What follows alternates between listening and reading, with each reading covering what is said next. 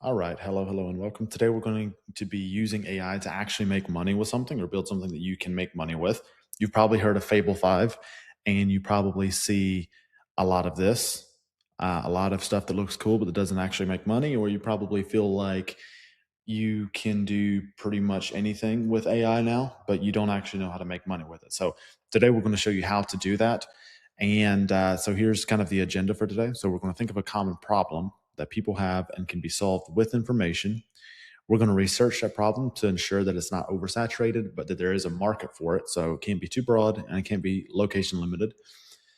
And we're going to use AI to create a digital education product that solves that problem and can be sold over and over again.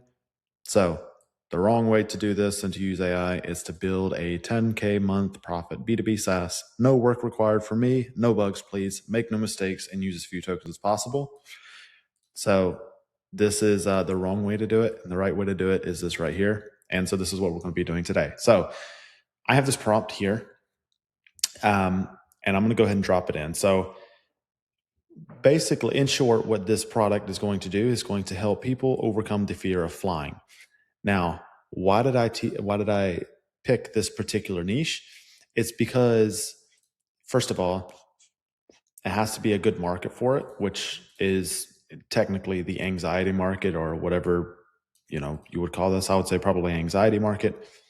But instead of just saying how to overcome anxiety in general, which is way too broad and speaks to no one, it's like the philosophy of if you speak to everyone, you speak to no one type of thing. So we narrowed it way down to people who are scared of flying, and then we would market it to people who are about to go on a trip or to fly somewhere. So it's going to be a tactical step-by-step flight day playbook for people with an upcoming flight. The countdown structure. So what to do in the weeks before, the night before, and at the airport, during boarding and in the air, especially during turbulence. It's going to be educational techniques and routines only, practical preparation. This is not therapy or medical treatment. And the target buyer are adults with specific flights booked in the next 1 to 4 weeks who are already dreading it, losing sleep, Googling is turbulence dangerous at midnight before considering canceling. They don't identify as having an anxiety disorder. They just hate flying and have a trip that they can't avoid, like a wedding, work, family, or whatever. So that is how you take a huge market that's like, I don't know, hundreds of billions of dollars, maybe, who knows, and you narrow it down to a specific pool of people that you can easily target with cold traffic, like meta ads, and actually make it valuable. And you can actually sell something like this. So I'm going to take this entire thing and paste it into good old Claude. We're going to use Fable 5. Let's turn this bad boy all the way up to max and just paste it in. All right, we're going to let that cook for a minute. It's probably going to take a while. Let's make sure that it is. All right, so that's working. And now let's do a little research when we're waiting on this. So I have here, what is the market size for ebooks around a certain niche that helps solve a specific problem, like PDFs, like PDF ebooks that you buy online for a one-time $17 to $27 fee. And we're going to just see how big this market is and show you why I think this is such a great opportunity here. So the exact global market size for high utility problem solving ebooks, often called info products, is estimated between 15 and $30 billion, which is phenomenal. While the broader global ebook industry is valued at almost 60 billion, standalone PDF guides priced between 17 and 27 live at the intersection of self-publishing and the $124 billion digital product economy. Now, you might wonder, like, okay, why doesn't the information is free and it's everywhere, right? So why don't people just, ask ChatGPT or Google it or go on YouTube or whatever? And the reason for that is because they don't know, no one has a shortage of information, and there hasn't been a shortage of information in years and years and years. People don't typically pay for information, they pay for the curation of it. So, for example, there is unlimited information now with AI and just the internet in general. And everyone knows that. But they still buy these ebooks like a ton, right? And the reason they do that is they would gladly pay $17 to $27 for someone to have read up on the subject or is an expert in that field and can sift through all that information and just give them the good information.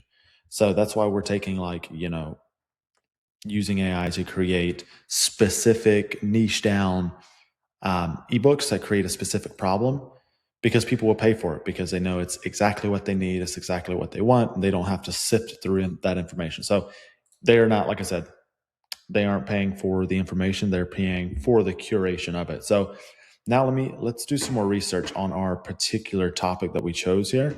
So this is still working over here. Let's just let it roll for a minute. Now, how big is the anxiety market, which is kind of the broader overarching market for what we chose. And let's just see how big that is. And then our next question is going to be how many people are afraid or nervous of flying. Okay, so the anxiety market is 25 billion roughly. And let's send this. So up to 40% of the general population experiences some degree of flight anxiety. So in most scenarios, any sort of niche or methodology or problem you're trying to solve, it's almost certainly the market is almost certainly way bigger than you think it is, unless you limit it to a location. So like I said here, it can't be too location limited, so it shouldn't be applicable only to people in your town or your city or your state, really. But you can narrow it down, and what this does when you narrow something down like this to where there's a large market that a lot of people have an issue with, or there's a problem for, you narrow it way down to where it speaks to a specific type of person. So we're not talking to just people who have anxiety. We're not talking to just people who have a fear of flying. We're talking to people who have that, but they also have an upcoming flight, and the two overlap. And so when they've booked their flight and this pops up, it speaks exactly to them. So these are people with anxiety that are afraid of flying who have an upcoming flight. That's much more specific, and that speaks directly to them. Now, the reason, and another thing I'll just throw in here is what this does when you try to run, say, Facebook ads, for example, it helps Facebook dramatically target that person. So it will have all the information on them as far as, they have a flight that's booked, and it'll narrow it down to your specific avatar, and it'll show your avatar your specific ad.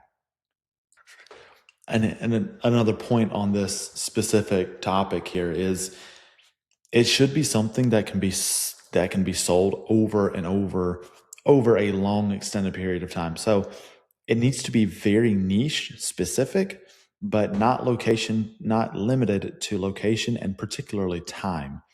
So for example, let's say there is, the economy is bad right now, for example. You wouldn't necessarily want to, sell something that solves only that problem in that time for a person, if that makes sense. So let's say egg prices, right? Like if you were to sell something that says how to find eggs under $5, whatever, I don't know how much eggs cost, you get the point. That's a limited time product, and eventually eggs will go back under the $5 a dozen or whatever the price is. So what you want to do is you niche it down as far as you can, but without limiting the location or the time. And what that does is it creates you a product that Mr. Claude is working on now. It creates you a product that can be sold to anyone, not to anyone, but to your avatar for like over and over and over again for indefinitely, right? Like forever. So like airplanes, for example, what we're building now, people will always fly. They will always be afraid of flying. They will always need a solution to that. And the solution isn't just more information in general, because they have that and they have had that for decades, right? The solution is a curated piece of information that speaks directly to them. Now, once you have this product, there's a handful of ways that you can distribute it. That there's so many different platforms. My favorite is just cold traffic straight through Meta or Google or both, even TikTok, organic, Instagram. There's a million different channels that you can just sell it on your website and drive traffic to. There's also platforms like WAP, Gumroad, and you can basically build this product and distribute it through all the markets. And you have a digital product that you created in however long it's been created. It's still working here. You have a digital product that can be sold just about forever, and people will always pay for it. And you created it once and sold it infinite amount of times. So this is still working, and I'm going to pause this, and we will be right back as soon as this has an update for us. All right, so here it says, you can see it's kind of thinking out here. So synthesizing flight anxiety research in Architect, countdown based on intervention product, excuse me, is searching the fear of flying statistics, percentage of adults, and the IATA Safety Report 2025, accident rate per million flights. It is doing all the research here. Turbulence on how many feet does a plane actually drop. Patrick Smith asked the pilot. Clear air turbulence increases 55%. Study university. So you can see it's doing all the necessary research here. It's seeing what people are actually saying. It's pulling from all these different articles and all these different forums. And see Reddit r/fear of flying. So it's building it around our particular avatar. So again, this isn't just a generic ebook for anxiety or even for fear of flying. It's for a very specific person. And so it's going to all these forums and it's learning about that person and it's building it specifically for them. Now, what that's going to do is going to make it super easy for Facebook to look at what we're selling and then go find that specific person and show them this. So here's some competitors here. So Soar is at $5.95. EasyJet's Fearless Flyer, $69 to $89. US group courses at $400 to $1,200. And so there are people that do this, but they're much more expensive. Group courses, this is something that it's obviously there's a market for it. It's super valuable, and we can sell it for say $27. And so now it's getting ready to actually put all of it into an ebook. And all of this is coming from one particular prompt that I pasted in here. And if you want this particular prompt, I will have it. I'll leave it in the school group here, which again, there's a link down below. And there's this prompt. There's a prompt to actually create the sales page around it, to create the actual ads around it. And Fable 5's release just made everything so much easier. So you can see it's building out chapter 3 here. It looks like it already built out chapter 1 and 2 here. Yeah, chapter 2 is here. The facts that hold, how flying works. Let's see what this looks like.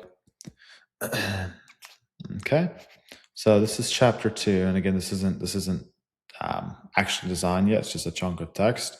Turbulence, texture, not failure. The plane is built for far worse than it will ever meet. The risk numbers, honestly. So yeah, it's still working here.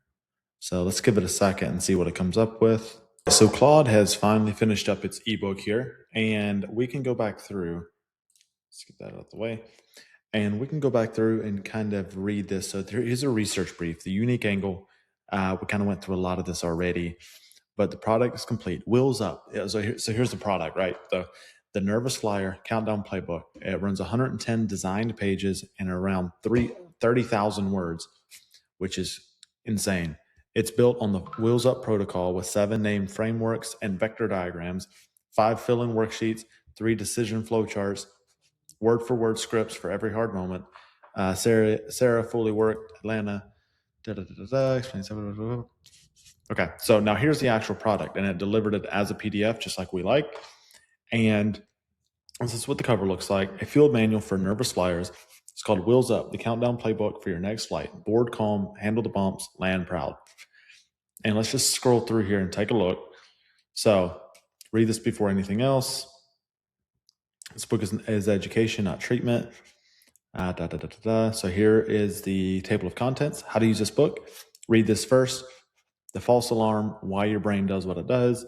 The facts that hold, flight school for passengers, training camp T21 to T8, the logistics layer T7, the night before T1, flight day, morning. So it's an entire